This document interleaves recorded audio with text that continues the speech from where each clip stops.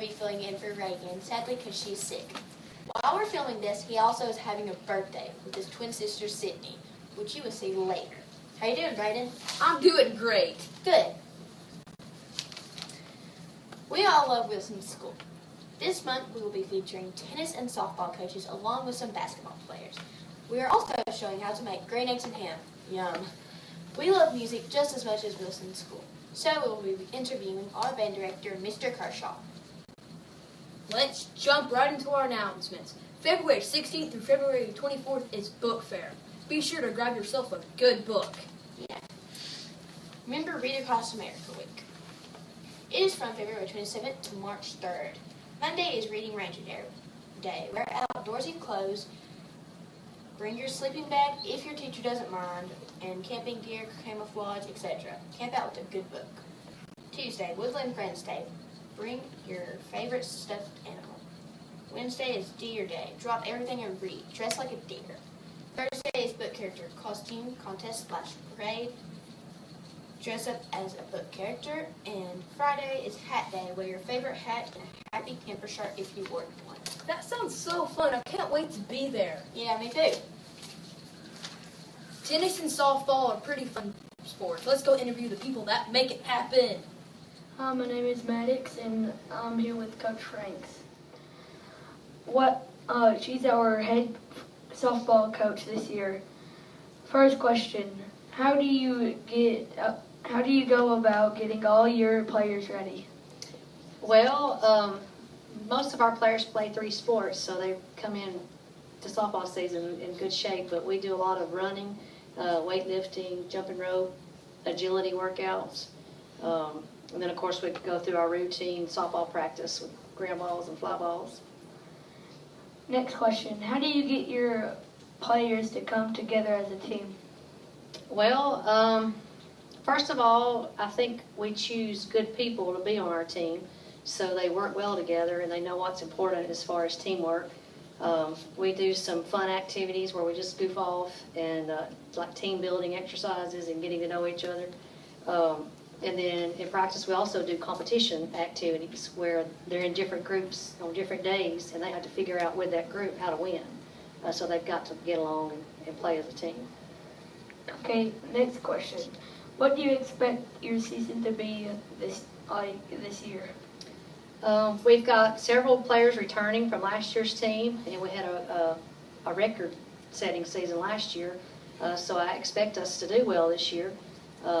We try to focus on the things that we need to do and to be the best that we can be, and then hopefully the wins and losses take care of itself. But I expect everything to go well. Okay, last question: What is your favorite part about being a coach? I guess it's just fun. I think it's fun to get out there with all the girls, and as far as competing, we're serious and we want to win, and winning's fun, but we like to goof off and have a good time, and it's just fun to me, and being around a good group of kids. Thank you, Coach. See you next time. Hi, I'm Caitlin. I'm here with Coach Hester. This is our very first year as a tennis head coach. How are you? I'm good, how are you? Good. What are you excited for this season? This season, I'm excited most to see how much my players can progress. How do you plan on getting your players to come together as a team? Well, I'm all about encouragement and support, and I think that all my players are so supportive of each other and their abilities, and they're always rooting each other on, and my older players have kind of become mentors to my younger players. What do you expect your season to be like this year? I expect everyone to do their very best and grow in their ability. What do you think will be your favorite part about being a coach? My favorite part will probably be getting to interact on a more personal level with my players and watching them grow, not only as players but also as individuals. How many tennis players do you have? I have 9 girls and 6 boys that are playing. Thanks for letting us interview you today. Thank you. Back to you guys. Hi, I'm Sage, and I'm here with some of our senior basketball players. This is Austin. I'm going to be asking you a couple of questions. Okay, what are your plans after graduation? I plan to attend college, probably at Northwest Shoals, and I'm not sure what I want to major in yet, but I probably want to get a job while I'm in college. young students moving up wanting to make the team? Probably to work on your fundamentals and learn the ins and outs of the game and just to try as hard as you can. Thank you. I'm here with Darby, and I'm going to be asking you a couple of questions. What are your plans after graduation? I plan to attend college. I'm not sure where yet, but I know I want to major in nursing, and I want to specialize and do something in the neonatal unit. Okay, so you don't know if you want to play basketball? No, I haven't decided. Okay. What is your advice to young students moving up wanting to make the team? I just say work hard, just practice the fundamentals, and have a really good work ethic. Thank you. Remember, practice makes perfect. I'm Sage. This has been your sports report. Thanks for watching. Those sports interviews were great, weren't they? Yes, they were. Now let's go to the classroom report. I love band, and you do too. Let's go see the Regiment Blue. Hi, my name is Aiden Hope, and today I'm doing an interview with Mr. Kershaw, our band director. Let's go inside the band room. So, Mr. Kershaw, what is it like teaching band? Well, I think it's amazing. I absolutely love it. I love getting to teach band all day long, and you know, it's fun to me. I have fun doing it. I know I'm in the band and it's fun. That's right. What's your favorite thing about teaching band here at Wilson? My favorite thing about teaching band, I think it's getting to see people get excited about music, and then when they work real hard, and then they achieve something great, and then they're real excited about it. I think that's great. That's one of my favorite things. What do you expect out of your students in band? Well, for my band students, and you know this, is I want you to at least try. See, he knows, to at least try. If you miss a note or mess up on something, I'm not going to get mad at you, but you know, if you sit there and you don't try, that's when I get on to my students and I tell them, you know, that's what I expect. I want you to at least to try and do your best. Now, how did the name Regiment of Blue come about? Well, see, I'm not just 100% sure on that, but if you think about what a regiment is, it's like a military group or like a unit of people. And, you know, we're kind of similar to some of that. We're not in the military, but, you know, we're a group of people. We march in order. We have a leader, our drum major, and then, of course, you know, blue. That's one of the school's colors, so Regiment of Blue. And my brother's hair. What grades do you teach band, Mr. Kershaw? We start teaching in 5th grade is when we do 5th grade band, and then we have 6th grade band as well. And then, of course, our high school band is 7th through 12th. What is your favorite instrument to play? My favorite instrument was the instrument that I played on when I was in high school and when I was in college, and that's the French horn. That's my favorite instrument. But I love all the instruments. I do. What is your favorite sound that an instrument makes in your band? I like fun and exciting things, like whenever we play fast stuff, and it's just a lot of fun to play. So that's one of the more greater things that you get to hear when you're in here. Now, what is your least favorite instrument? Oh, least favorite instrument. Well, I struggle sometimes with playing flute, so that's probably not my favorite instrument, but I love all the instruments. In fact, probably the instrument that I wouldn't like would be an instrument that's just left out and not played. I like all the instruments so long as they're played. And what advice do you have for anyone who wants to play in our band? Well, that's a great question, because this will get some information out for them, won't it? Okay, so to join the band, I'll come around to the 4th grade classrooms at the end of this year, and I'll talk with them and explain more about it. But for 5th and 6th graders, where you start in band, if you just want to come down and hang out with us one day during band, see what it's like, we'll test out some instruments, try those out and see which one will work best for you, and we'll go from there. That's all it takes, is just come down here, have fun with us in band, and we'll go on from there.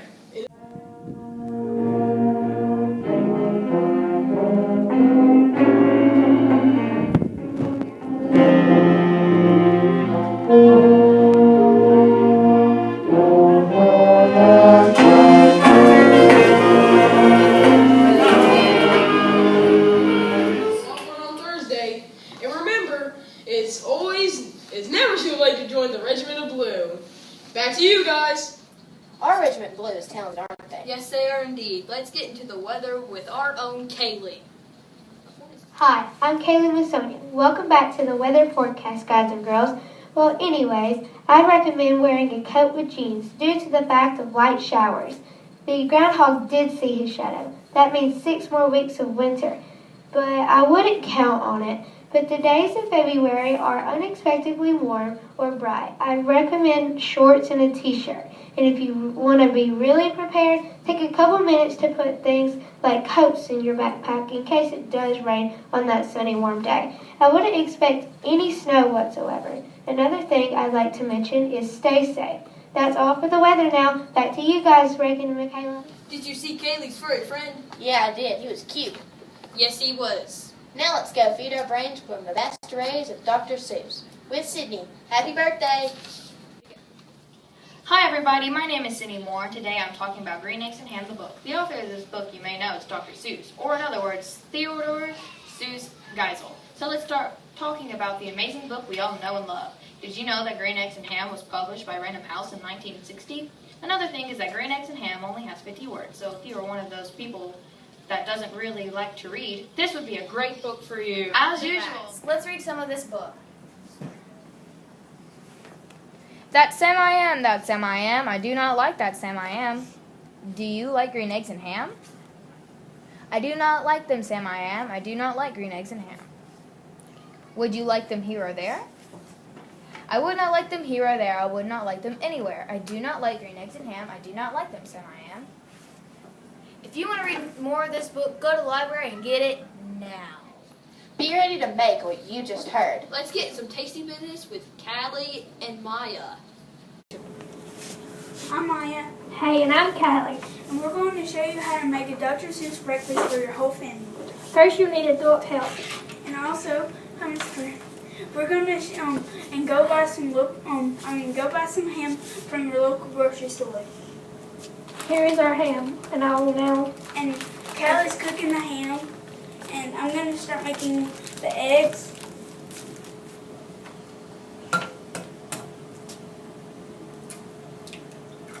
The shells back, and make sure not to get any shells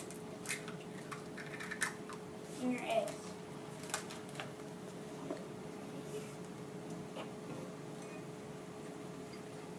Add a 1/3 cup of milk and some salt.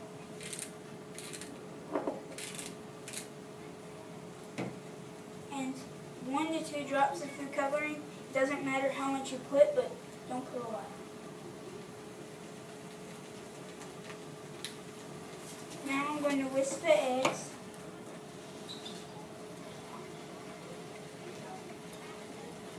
Make sure you cook it, and when you're done whisking, remember that there's a lot of bubbles. Maya, those eggs look green. They are. Which comes back in? How's that ham looking, Callie? Awesome. Is it about done? About done. It's almost. Remember to turn your ham over to 1 minute on each side. I believe our ham is good. We will put it on the final plate. And remember, when you're done with the ham, take the ham and put it on a plate. And after you're done, take the egg and put it in the skillet. I'm going to mix it for a little bit longer. I think you're good, Maya. Go ahead. Okay, now we're going to take it and pour it in the skillet. That looks awesome. Now, we're not making an omelet, but we've got to remember to stir. Scramble your eggs, right? Yeah. We are now bringing our director in, J.C. Price. He's going to taste our wonderful meal. Okay, let's see how this tastes. Tastes like a professional. Okay, let's see how Callie did on the ham. Tastes good. Those green eggs and ham are really tasty, weren't they? Yeah, they were. Now let's go see Bianca, the one and only with our 5th grade. Hi, I'm Bianca, and today I will be interviewing the 5th grade students. So let's get started. First question for you guys is, what is your favorite or coolest part about 5th grade? Having a bunch of Chromebooks and you can play on them. Learning new things every day. Hang out with friends. Learning new subjects and topics. Okay, next question. What is the hardest part about 5th grade and why? Math because the difficult equations. Science, because you have to remember every definition and you have a certain time to read every page that you need to. History because you have to remember paragraphs. Language because you have to remember what verbs and nouns are. Okay, next question. Do you think 6th grade will be hard? Yes, because you have to switch classes. Yes, because you have to switch classes. Yes, because you have to pay attention and switch classes. No, because if I can try my best, I think I can do it. Okay, next question is, do you like having lockers this year and why? Yes, because it gives me more space to be organized to put my books in. Yes, so my backpack won't get dirty anymore. Yes, because I don't have to carry everything around. Yes, because it keeps my desk organized and I don't have all the books. Okay, last question. What advice do you give, or do you have, for the 4th graders? Make sure to study. Don't be that. Pay attention and don't try not to get in trouble. Have fun and try your best. Thank you, guys. You did a great job. Give them a round of applause. That is all for the 5th grade interview. Let's go to Brooke to visit those 5th grade classes. Hi, my name is Brooke. Let's go see what the 5th graders are up to. You say water, Wilson! You say white, blue! All together, let's play! I'm Brooke, and I'm interviewing the 5th grade teachers. Okay, the first question is, how do you prepare your students for 6th grade? One thing that we do is we work on the students' independence. We want them to be able to be independent in their work and solving problems, and we start by helping them use a locker and a combination. We also like to teach them responsibility, not only for their schoolwork, but for their actions. Okay. How do you think your students should prepare for 6th grade? Or prepare for 6th grade?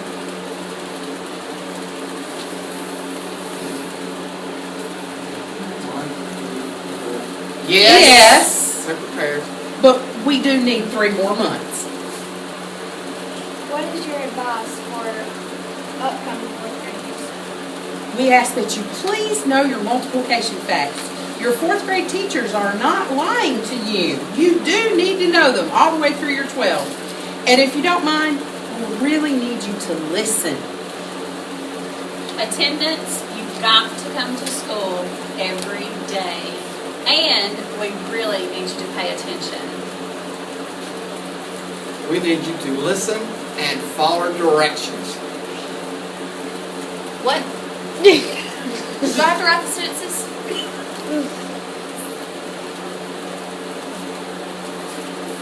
What is your favorite part of your song? My favorite part is seeing my students succeed when maybe they think that they couldn't or they didn't think that it was going to be as easy as they thought it was going to be, and they're able to do it. That's my favorite part. What about you, Mr. Roberts? My favorite part is my coworkers. I have fabulous coworkers, and we work together as a team for our students to achieve their goals, and that's our goal for the year. It's where they will be able to go to 6th grade and continue their education. My favorite part is the relationships that I get to build with my students and my coworkers. I love coming to school every day. My favorite part about teaching is seeing students be excited about learning. Those 5th graders were cool, weren't they? Yes, they were. As you know, we are celebrating our 100 years this year at Wilson. And now let's go see our old foundation with our high school team. My name is Maria. As part of our 100th year anniversary, we invited retired teachers and former students back on campus during homecoming week to speak to all of the high school history classes about what Wilson was like during the time they either went to school here or were teachers here. Some even told a little story of the history of the school as they recalled it. Mr. Metzl, first of all, when were you here at Wilson? Well, I started in first grade in 1973, so I've been associated with the school for a very long time. Maria, I was hired in the summer of 1973 when I graduated. I graduated from college at UNA, so I went right from UNA right to Wilson working. And in what capacity? I was a 7th grade history teacher, and I taught 7th grade for the next 25 years that I remained at Wilson. So I had the same classroom, same curriculum all the time, and just really like that. Really like that. Also was hired as head basketball coach and junior high football coach, which I knew very little about and had to learn very quickly before I could get out there and coach. I was here as a student from the academic year of 1987-88 through 1992-93. So I graduated in 93. And then I came back as a teacher between, well, I did my student teaching here in the fall of 98. And then I was hired here that spring as a teacher's aide for a special needs student. And then the fall of 99, I was hired here as a history teacher. I served here from 99-2000 to 2005 as a history teacher. And then from 2005 until 2014, I was an assistant principal in some form or fashion. How has Wilson changed you since you were here? Has Wilson changed since I've been here? Probably just the sheer size of the school has grown. When I started in first grade, the teacher had half the class was second and the other half was first. It was a divided classroom. And we were a 1A school at the time, and now we've really grown. So that's probably been the biggest change I've seen. Okay. Well, the easiest, the most visible change is how much larger Wilson is now. When it comes to athletic classification, we were a 1A school back when I came here, and we graduated maybe 40, 50 students, and we kept going up and kept getting larger and larger and larger until we have over 1,300 students now, and our 4A in the state athletic classification. So it was very interesting to watch that growth. It was a very good period of time. It's a prettier place. Like I was bragging to Dr. Smith a few minutes ago, like this library, it's opening, it's welcoming, it's really what a library should be. It's the facilities have just really improved. The gyms are better than they were. The softball field, baseball field are in much better shape. Football fields improved. Overall, it's just the facilities have really improved. What is the best memory you have of Wilson School? I've got a lot of memories, good memories of the school. I think probably the best are the friendships that have endured through all these years. Miss Mask, who you may know, Miss Rhodes, Mr. Hurston and I, we all graduated school together, and we're still good friends. You know, that's a really hard question to answer. The one thing that I would take most pride in was having students in 7th grade and able to teach them. And then as they moved on and they went to the upper grades and I got to coach them or I got to see them perform in the band. And then before you know it, you're seeing them graduate from Wilson and then going into the world of work or to further their education or anything of that nature. And I'm proud to say that I never missed a single graduation when I was a teacher here at Wilson. So I would always tell the kids, I had you when you started, and I'm going to be with you in the end. My friends, friends as a student and friends as teachers, and even when I was an assistant principal, just made lifelong friends here, and they'll always be with me. Great to be interviewed, and thank you for continuing support of Wilson School. That was some history lesson. Yes, it was, and I have one more announcement to make. Spring break is March the 27th through March the 31st. And remember, a lot of sickness has been going around the school. So dab! Achoo! Signing off, fellow Wilson students. And we love you! Yeah.